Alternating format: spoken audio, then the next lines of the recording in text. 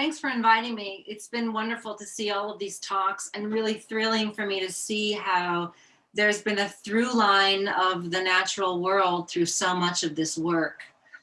I'm here in my little corner of the Catskills, the Upper Delaware Valley. This is land that the Lenape who inhabited it considered very sacred and healing. So it's a special place to be. And I want to start today with a poem by the great environmentalist and poet Wendell Berry. It's called The Peace of Wild Things. When despair for the world grows in me, and I wake in the night at the least sound, in fear of what my life and my children's lives may be, I go and lie down where the wood drake in his beauty rests on the water and the great heron feeds. I come into the peace of wild things who do not tax their lives with forethought of grief. I come into the presence of still water, and I feel above me the day-blind stars waiting with their light. For a time, I rest in the grace of the world, and I am free. Now, that sounds like it might have been written last week, doesn't it? But actually, it was written in 1968, which was yet another fraught time in our human history. You know, all of this talk about the pandemic, it's been a time of great disruption and change. What we've been through is actually not unprecedented, but that doesn't really make it feel any easier. And now that there's just a glimmer of light at the end of the tunnel, we're wondering what really has changed. And will we go back to what we were like before, business as usual? It sounds like hopefully not. But what is our lockdown legacy? As someone who teaches about the natural world and leads these outdoor experiences, I can tell you that even pre-pandemic, I had a very distinct impression that there was increased interest, a lot of passion for connecting to the natural world. And I think it's about the pace of modern life. The mounting stresses and this collective anxiety, the endless sitting in front of screens. I'm sorry, we're doing it again. This really left us all yearning for some kind of relief, a kind of relief that we have experienced before. I'm sure you've experienced it, when suddenly everything slows down and you can fully breathe and your springs unwind. Maybe you're wandering through a meadow or lying on a beach. We know this relief, this sense of peace that we get, and a sense of belonging. And it's no wonder that we feel that way when we're in a natural place, because humankind lived close to the land for the better part of 185,000 years. We've only been living this industrialized life for fewer than 300 years. We've only been on the internet for less than 40 years. So what do you think is more deeply ingrained in us? Well, what do you think has laid a greater claim to our DNA? It's literally written in our cellular structure. It's these nearly 200,000 years of living as hunter-gatherers, in total sync with the seasons and cycles, intimate with the plants and animals. You know, we're inextricably intertwined with all of these systems, and to this day, they provide us with everything that's most vital to us: water, food, medicine. The very air we breathe is produced by trees. There's science and poetry in that, right? I mean, trees exhale so we can inhale. And this interconnectedness isn't just pragmatic, it's also deeply spiritual. Think about why people sail the seas to find themselves, or climb a mountain, why we gaze up at the stars to ignite our imagination. There's like an ancient wisdom that's available to us there. It's solace and inspiration. It's what the philosopher and naturalist Henry David Thoreau called the tonic of wildness. And that's our birthright. But think about it. When was the last time you actually felt your bare feet on the earth? Or drank cold spring water straight from the source? Or sat down and embraced a tree and felt its power? How did it happen that as a culture we became so disconnected from our true nature? I think we have a pretty good sense of that, don't we? We all know how we became so disconnected. Annie Dillard wrote, "How we spend our days is how we spend our lives." And we spend our days indoors, don't we?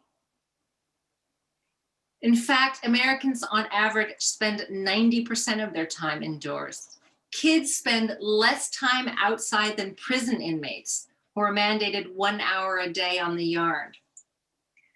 A recent edition of the Oxford Junior Dictionary incorporated new words like broadband, EU, and creep, while dropping others, kingfisher, acorn, and weasel. Because kids no longer use these words, so they weren't deemed relevant anymore. This loss of language represents a major reality shift. We don't know the names of plants and trees and insects because we don't come across them, and so we don't fully understand why they matter. But how can we love something if we can't name it? And yet our language is filled with words in everyday speech that reference nature. Think about it. Turning over a new leaf, wild goose chase, winds of change. Nature shows up wherever you look. Consider the linen jacket you're wearing, the fresh salad you're eating, the wooden chair you're sitting on, the weed you're smoking. It's all derived from plants, right? There's something kind of magical about the way we're intertwined with all of these leaves and twigs and bark and roots and berries and nuts and ferns and mushrooms and stalks and tubers and pollen. It's everywhere and it's in all of us. But our ability to see and fully understand that connection has eroded. And the vast chasm that has opened up between us and our true nature has cost us so much. Our health, for example, anxiety disorders are rampant. I think they affect 1/4 of the population. More than half of us will suffer a period of chronic depression in our lives. Opioid abuse, that's another epidemic. We can't relax, can't sleep, can't focus. When meditation apps and yoga don't cut it, I mean, we turn to alcohol, THC, nicotine, and the holy trifecta of salt, fat, and sugar to help dull the pain. And as a result, well, we're overweight and pre-diabetic. We've got high cholesterol, hypertension, heart disease. Nobody has enough vitamin D. Our guts are all out of whack. And now this global pandemic. You know, it's this destruction of biodiversity that this pandemic has arisen from. Comes from clear-cutting forests, strip mining, overhunting, breaching these natural barriers. You know, those practices optimize conditions for new viruses and bacteria to emerge. And these disrupted ecosystems, well, they make us incredibly vulnerable. We've created this false dichotomy that there is the natural world and the world that we live in, when in truth, there's only one world, just one planet Earth that we all share. And you know, humanity's not at the center of that. The sooner we debunk that myth, the greater chance we have of surviving as a species. It's not the planet that's in danger. The planet's gonna go on, it's gonna be fine. It's us. The truth is, we're not doing great. I mean, I hope that you are. I hope that you feel well and are healthy and taking care of yourself, but you'd be in the minority because most of us are suffering what's now called New World Syndrome, which is this combination of processed food and a sedentary lifestyle that's wreaking havoc on our brains and bodies. In the last 3 years alone, we've seen the greatest decline in the American lifespan in more than a century. Technology increased our productivity, but it made us sedentary. I'm sure you've heard that sitting is the new smoking, right? Social media, which was designed to connect us to our tribes, really ended up making us feeling more isolated and insecure and lonely. We've got all these iPads and Instagram, Fitbit, thousands of CBD products, but we don't feel good. The global wellness industry is a $3.5 trillion business. Being so disconnected from nature has also cost us a sense of belonging. This feeling that we are wild souls. We've come to be defined by our job titles, our bank accounts, how many followers we have on social media. We've lost touch with how we fit into the bigger picture. We forgot what indigenous peoples have known from the beginning of time. We're not separate from nature or in dominion over nature. We are one with nature. We are nature. So it makes sense that in the most primal part of us, we know we need to get back to nature. I read this article in the New York Times recently. It said that scientists have determined the ideal amount of time that you need to spend in nature to reap the maximum benefits.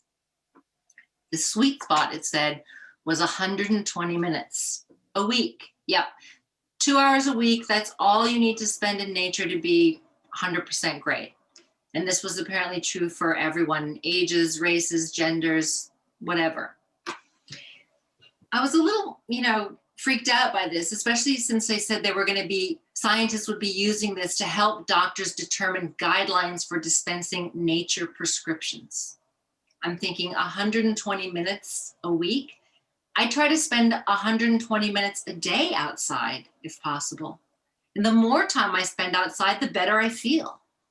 So, as I often do when I'm reading a polarizing article in the Times, I looked at the comments section. And sure enough, somebody from Tallahassee named Matt had weighed in right away. And he said, oh yeah, 120 minutes is a good place to start. But when you get out there and get accustomed to it, you're going to have to change your whole life because you're only going to want more and more. Nature is good dope. Yeah, Matt, nature is good dope. Negatively ionized air, what you breathe when you're near a waterfall, does things to your brain waves that promotes clarity and calm. Being in nature has been shown to enhance creativity by making us more curious, more flexible, and more able to access new ideas. Now that's addictive. Suddenly, everyone wants to go forest bathing. It's this simple practice of walking mindfully under the trees. Apparently, it was invented in Japan in the 1980s, but I'm pretty sure that humans have been doing it since forever. It's got a catchy name now and lots of research to support it. So that's good because it's getting more attention. And there is powerful evidence to show that walking under the canopy of a living forest reduces stress, lowers your blood pressure, improves your concentration, your sleep, your mood, even increases your life expectancy. Studies show that hospital patients heal more quickly when they can see trees out their windows. But let me ask you something. Do you really need all this scientific evidence to confirm what you already feel in your body? Our bones hold this knowledge. They remember. That doesn't necessarily mean that being in nature is going to feel natural right away if you're not used to it. I mean, even some of the most innate things are practices that need to be acquired and assimilated. You might have to leave your comfort zone a little bit, and transformation can feel disruptive, even a little bit scary. But I want you to be brave. And I want you to know that eventually that good dope kicks in and you know you're right where you meant to be. Because nature is a judgment-free zone. The wind does not care how much you weigh. The birds don't notice if you color your hair or not. No squirrel's ever going to come up to you and say, hey, where did you get those boots? And the trees, they're so solid. They're so wise and present. You look up at the mountains and you feel incredibly humbled and tiny, but at the same time supported by all of this vastness. It's really thrilling to know that you belong to this complex universe. Even now, when the problems of the world can seem so insurmountable, time spent in nature never fails to reassure you. You remember that you're just one infinitely tiny being, interconnected with all the other ones, and that we're all clinging to life together. Everywhere you look in nature, there are these incredible metaphors, these lessons about life and death. You start to pay attention, and it can really change what you feel is important in the world. You know, I live in this little tiny place, and even on these backcountry roads, for years, I would be driving by roadkill all of the time, these dead animals on the road, and I would just cringe and avert my eyes. And then one day, suddenly, I just couldn't do it anymore.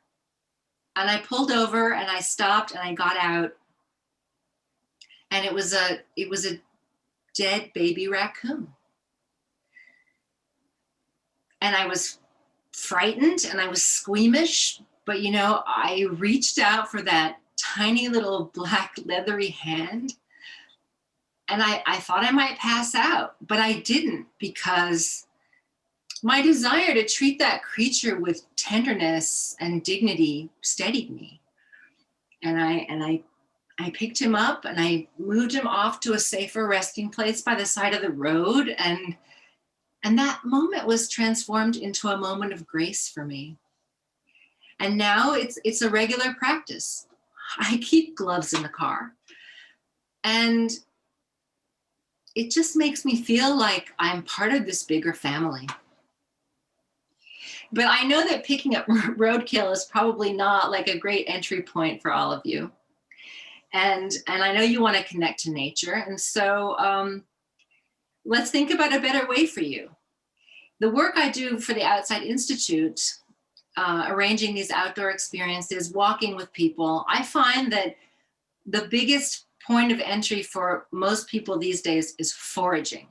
It's this buzzword, and everyone is super keen on doing it. So I really think that that has to do with those 200,000 years that we spent as hunter-gatherers. You know, it's deep, deep in our DNA memory.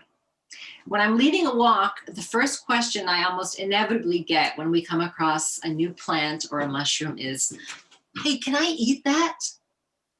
And I always answer, you can eat anything once. My husband tells me that foraging taps into all of the things that I love best: delicious food, beautiful nature, a good workout, and a great bargain.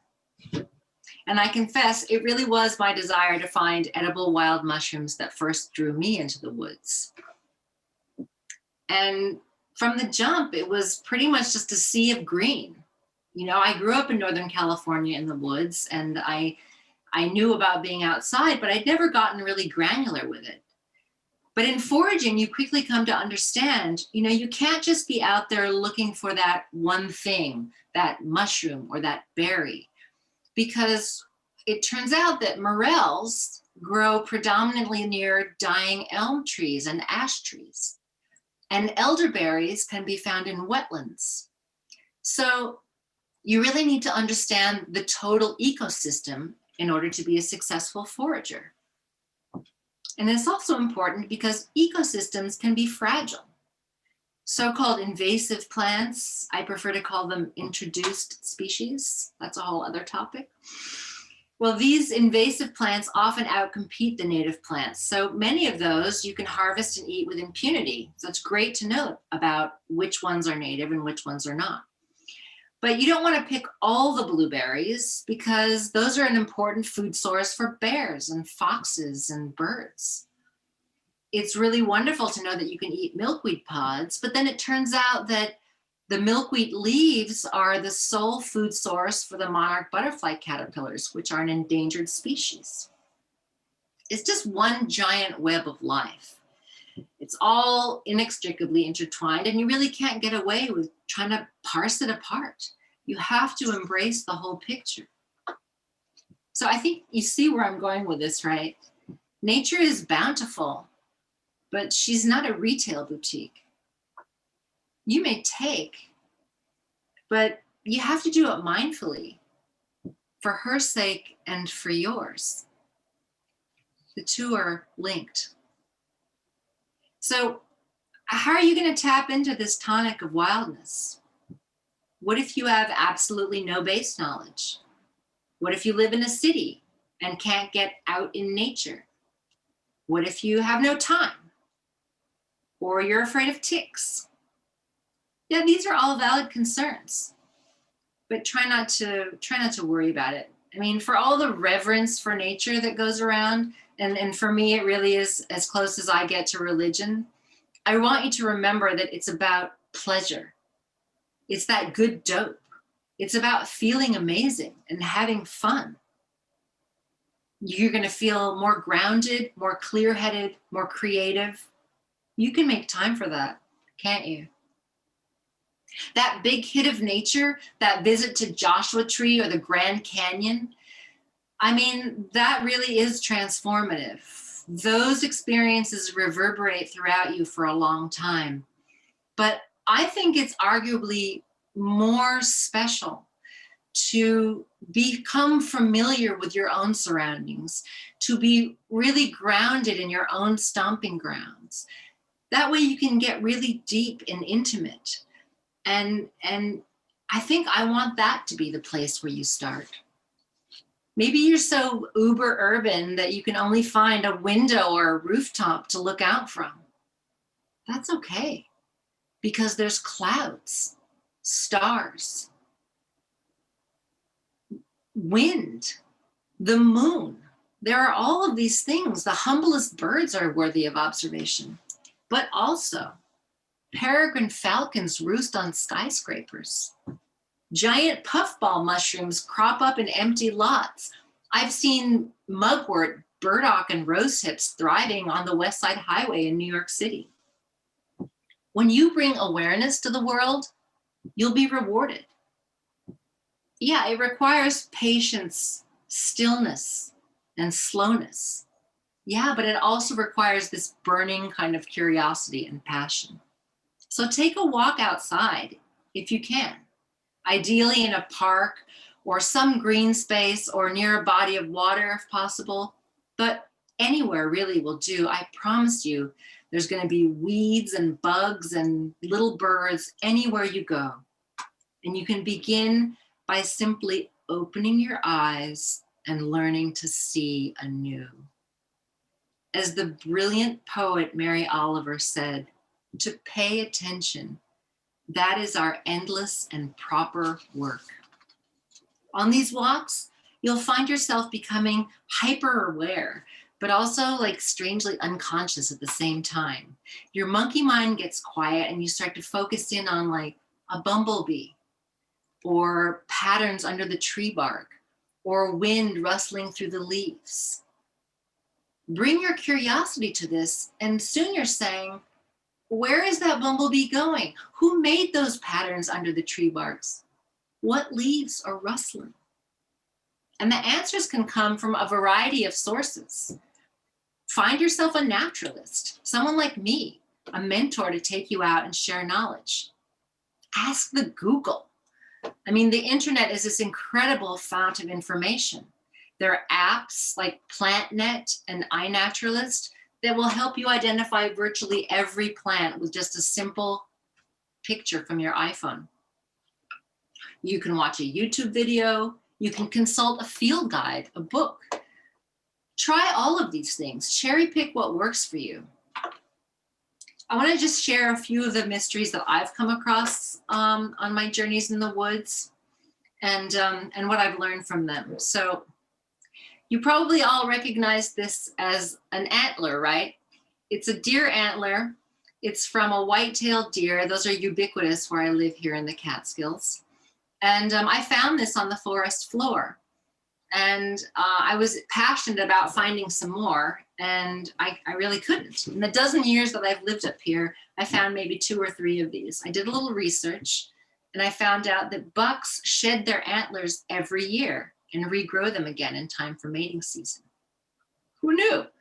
But with this many bucks around, I would imagine that these would be littering the forest floor.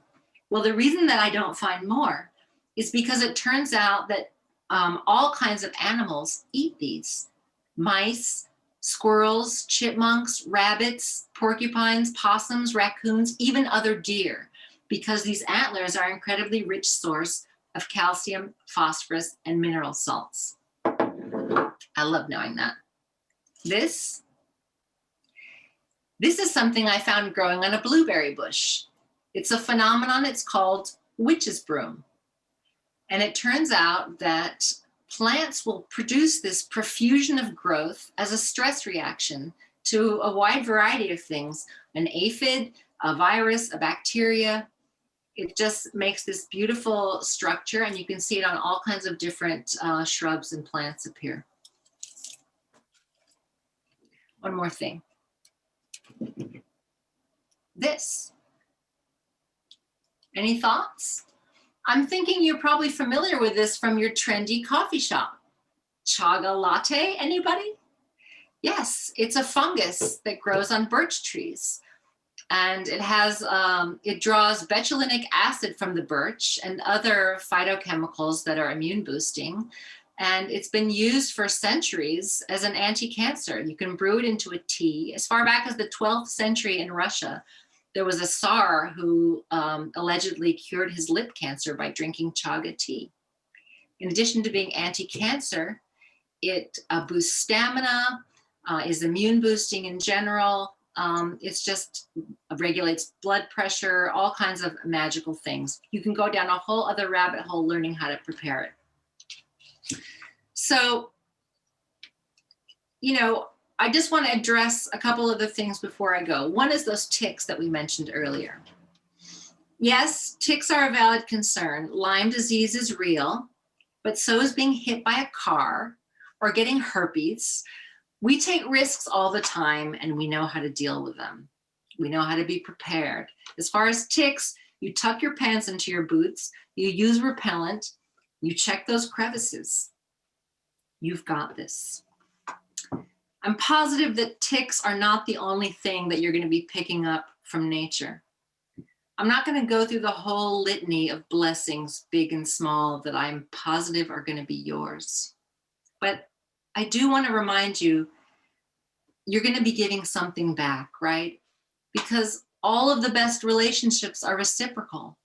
And so you need to find a way that you're going to express your gratitude for all of the amazing things that you're going to get from nature. The native tribes have a tradition of leaving something on the land as tribute. It's generally just like a little sprinkling of tobacco. Maybe you'll pick up some litter or move a dead fox gently off the road. Maybe you'll plant a meadow of milkweed to support those endangered monarch butterflies. Not sure what you'll do? Don't worry. Just get outside. Nature will show you. Just open your heart and the way will be there for you. So being at the World Hope Forum, I feel like I can't leave you without paying tribute to the work of Joanna Macy, the amazing deep ecologist and Buddhist scholar and longtime environmental activist. She wrote a book called Act of Hope, How to Face the Mess We're In Without Going Crazy. She and Chris Johnstone wrote this book together. And there's just a little piece I want to read you before I go. Active hope is not wishful thinking. Active hope is not waiting to be rescued by some savior. Active hope is waking up to the beauty of life on whose behalf we can act. We belong to the world. The web of life is calling us forth at this time. Active hope is a readiness to discover the reasons for hope and the occasions for love. A readiness to discover the size and strength of our hearts, our quickness of mind, our steadiness of purpose, our own authority, our love of life, the liveliness of our curiosity, the unsuspected deep well of patience and diligence, the keenness of our senses, and our capacity to lead. None of these can be discovered in an armchair or without risk. May the forest be with you. Thank you.